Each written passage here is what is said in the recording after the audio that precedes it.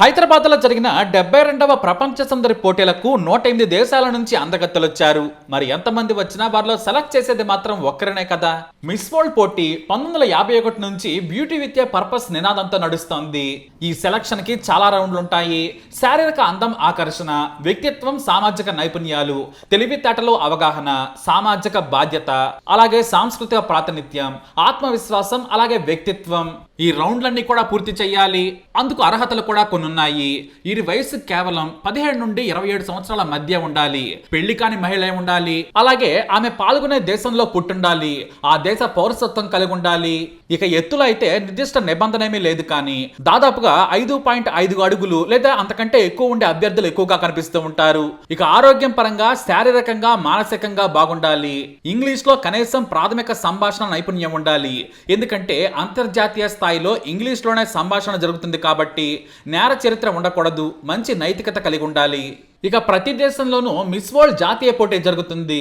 ఇక్కడ గెలిచిన అభ్యర్థి మాత్రమే ఈ పోటీకి ఎంపికవుతారు.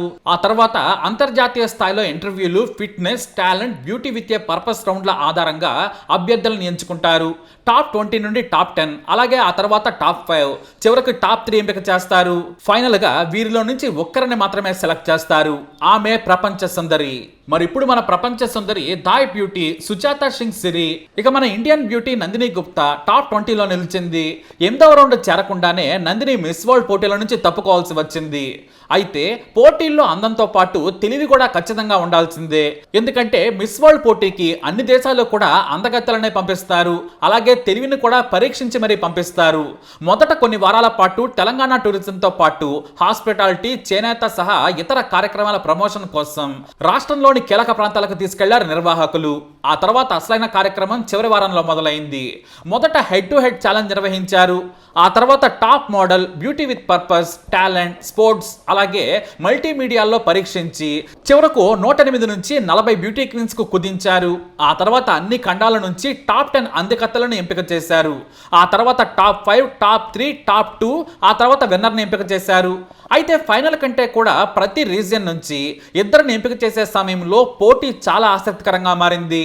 బ్రెజిల్, మార్టినిక్ దేశాల నుంచి 2, ఇథియోపియా, నమీబియా నుంచి 2, యూరోప్ నుంచి పోలాండ్, యుక్రెయిన్ బ్యూటీస్ ని ఎంపిక చేయగా ఆసియా నుంచి ఫిలిప్పీన్స్, థాయిలాండ్ నుంచి ఎంపిక చేశారు. వీరందరినీ కూడా ఒకటే ప్రశ్న అడిగారు న్యాయ నిర్ణేతలు. మీరు మిస్ వరల్డ్ గా గెలిస్తే ఏం చేస్తారు అనేది ప్రశ్న. ఇది వారి మానసిక పరిస్థితి, భవిష్యత్తు ప్రణాళికలో తెలుసుకునేందుకు అడిగారు. ఈ ప్రశ్నే సగం విజేతలను చేస్తుందనేది అందరికీ తెలుసు. ప్రతి బ్యూటీకి 45 సెకండ్ల సమయం ఇచ్చారు. ఈ ప్రశ్నలను న్యాయ నిర్ణేతలుగా ఉన్న మాజీ మిస్ వరల్డ్ మానుషి చిల్లర్, రాణా దగ్గుపాటి, మహేష్ బాబు సతీమణి నమ్రతా శిరోద్కర్, సోను సూద్, సుధారెడ్డి, జయేష్ రంజన్, మాజీ మిస్ ఇంగ్లాండ్ కెరీనా టిర్రెల్, 72వ Miss World stage director Donna Walsh ఈ ప్రశ్నలను సంధించారు. మానుషి చిల్లర్ మిస్ మార్టినిక్ ను ఓ ప్రశ్న అడిగారు. తప్పుడు సమాచారం నిండిన ప్రపంచంలో మీలాంటి యువ నాయకులు సత్యం, గౌరవం, కృతజ్ఞతతో ఎలా వ్యవహరించగలరని చాలా కఠినమైన ప్రశ్న సంధించారు. ఈ ప్రశ్న కారణంగానే మిస్ మార్టినిక్ కాస్త వెనకబడిందని చెప్పొచ్చు. ఆమె ఏం చెప్పిందంటే, భవిష్యత్తు నాయకులుగా మన దగ్గర ఉన్న సమాచారాన్ని అర్థం చేసుకోవడానికి మనం ప్రత్యేకంగా కొంత సమయాన్ని వెచ్చించాలని అనుకుంటున్నాను. ఇప్పుడు సోషల్ మీడియాలో, ఇతర ఇన్ఫర్మేషన్స్ లో ఏది వాస్తవమో తెలియదు. ఏఐ యుగంలో ఈ సమస్య ఎక్కువగా ఉంది. కాబట్టి మనం సమయం వెచ్చించి ప్రతి సమాచారాన్ని అర్థం చేసుకోవాలి. మన హృదయం చెప్పేది నమ్మాలన్నారు. కానీ ఆమె సమాధానం న్యాయమూర్తులను మెప్పించలేకపోయింది. ఇక నటుడు రానా మిస్ ఇథియోపియాకు ఓ ప్రశ్న సంధించారు.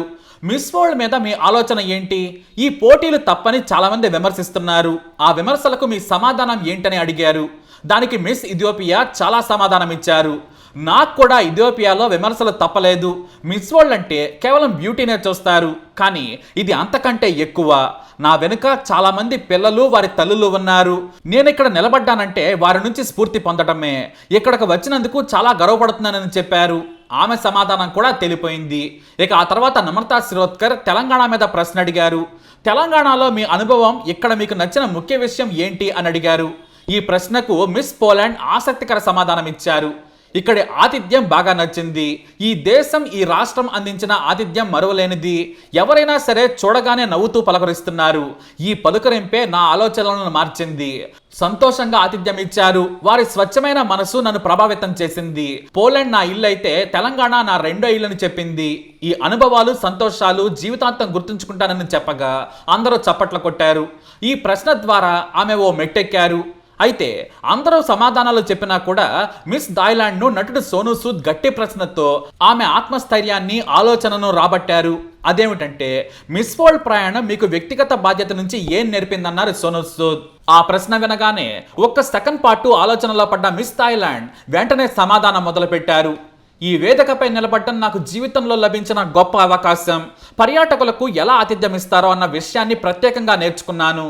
ఇన్నాళ్ళు నేను ఒంటరిగానే ఉన్నాను. బయటకు వెళితే ఒంటరితనం వెంటాడేది. కానీ ఇక్కడ ప్రయాణిస్తుంటే నా వెంట ఒకరున్నారు, నాకు తోడున్నారన్న ధైర్యం కలిగింది. ఆత్మవిశ్వాసం కూడా కలిగింది. చిన్నప్పుడు మన తల్లిదండ్రులు మనకు తోడుగా ఉంటారు. అలానే జీవితంలోని ప్రతి దశలో ఎవరో ఒకరు మనకు తోడుగా నిలుస్తారు. ప్రతి ఒక్కరికి ఆ తోడు కావాలి. అయితే నా బాధ్యత ఖచ్చితంగా ఎవరైతే సమస్యల్లో ఉంటారో వారికి తోడుగా ఉండడానికి ప్రయత్నిస్తాను. దయాగుణమే అత్యున్నతమైనది. చుట్టుపక్కల వారితో దయతో వ్యవహరించడం కంటే ప్రపంచంలో మరొక గొప్ప విషయం లేదని నేను నమ్ముతున్నానని సుజిత చెప్పారు. ఇదే సమాధానానికి జడ్జిలందరూ కూడా ఓటేశారు. అంతే, ఆమెకు 72వ ప్రపంచ సుందరి కిరీటం దక్కింది. తెలంగాణ సీఎం రేవంత్ రెడ్డి సమక్షంలో మిస్ వరల్డ్ ఆర్గనైజేషన్ సీఈఓ జులియా మోర్లే ప్రకటించేశారు. ఈ ఫైనల్స్ అత్యంత ఉత్కంఠభరితంగా జరిగాయి. ఏ సమాధానానికి ఏ జడ్జి ఎలా స్పందించారనే ఉత్కంఠ అందరిలోనూ కనిపించింది.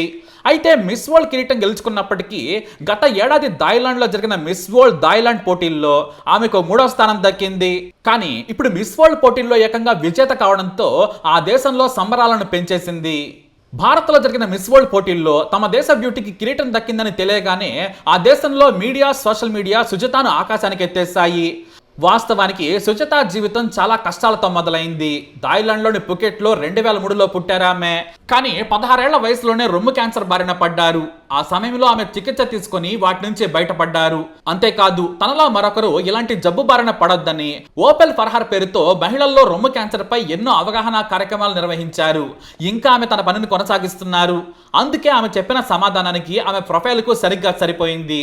దీంతో ప్రపంచ సుందరి కిరీటం మిస్ థాయిలాండ్ సుజాతకు దక్కింది. మొదటి రన్నరప్ గా మిస్ ఇథియోపియా, రెండో రన్నరప్ గా మిస్ పోలాండ్, 3వ స్థానంలో మిస్ మార్టినిక్ బ్యూటీస్ గా నిలిచారు. చివరిగా తన సమాధానాలతో అందరినీ ఆకట్టుకుంది మిస్ థాయ్. ఆ వెంటనే గత ఏడాది ప్రపంచ సుందరి క్రిస్టినా పిస్కోవా ఆమెకు మిస్ వరల్డ్ కిరీటం ధరింపజేశారు. అందరి కరతాళ ధనుల మధ్య మిస్ వరల్డ్ కిరీటంతో స్టేజ్ పైన కూర్చొని తనను తాను మరిచిపోయి మైమరచిపోయింది ఓపెల్ సుజాత చింగ్సిరి. సోనూ సూద్ అడిగిన ప్రశ్నకు ఆమె ఇచ్చిన సమాధానం కారణంగానే కిరీటం దక్కింది. సుజాతకు 8.5 కోట్ల నగదుతో పాటు వజ్రాల కిరీటం బహుమతిగా లభించింది. ఈ కార్యక్రమానికి ముఖ్యమంత్రి రేవంత్ రెడ్డితో పాటు మెగాస్టార్ చిరంజీవి, మంత్రులు, నాయకులు, హీరోయిన్లు సహా ఇతర ప్రముఖులు కూడా హాజరయ్యారు. మొదట తెలంగాణ, భారత సంప్రదాయ బట్టలను డిజైన్ చేసిన అర్చనా కొచ్చర్ అందరి మన్ననలు పొందారు. ఆ దుస్తుల్లో ప్రపంచ దేశాల సౌందర్యమణులు మెరిసిపోయారు. ఆ బట్టల్లో ర్యాంప్ వాక్ చేసి అందరినీ ఆకట్టుకున్నారు. ఈ పోటీలు 3 వారాల పాటు సాగాయి. మిస్ వరల్డ్ ఫైనల్ 125 దేశాల్లో ప్రత్యక్ష ప్రసారమైంది. కోట్లాది మంది ఈ వేడుకలను చూశారు. మరి మిస్ వరల్డ్ బ్యూటీ చెప్పిన సమాధానంపై మీ అభిప్రాయాన్ని కమెంట్ ద్వారా తెలియజేయండి. వీడియోని లైక్ చేయండి, షేర్ చేయండి, మా ఛానల్ సబ్స్క్రైబ్ చేసుకోండి.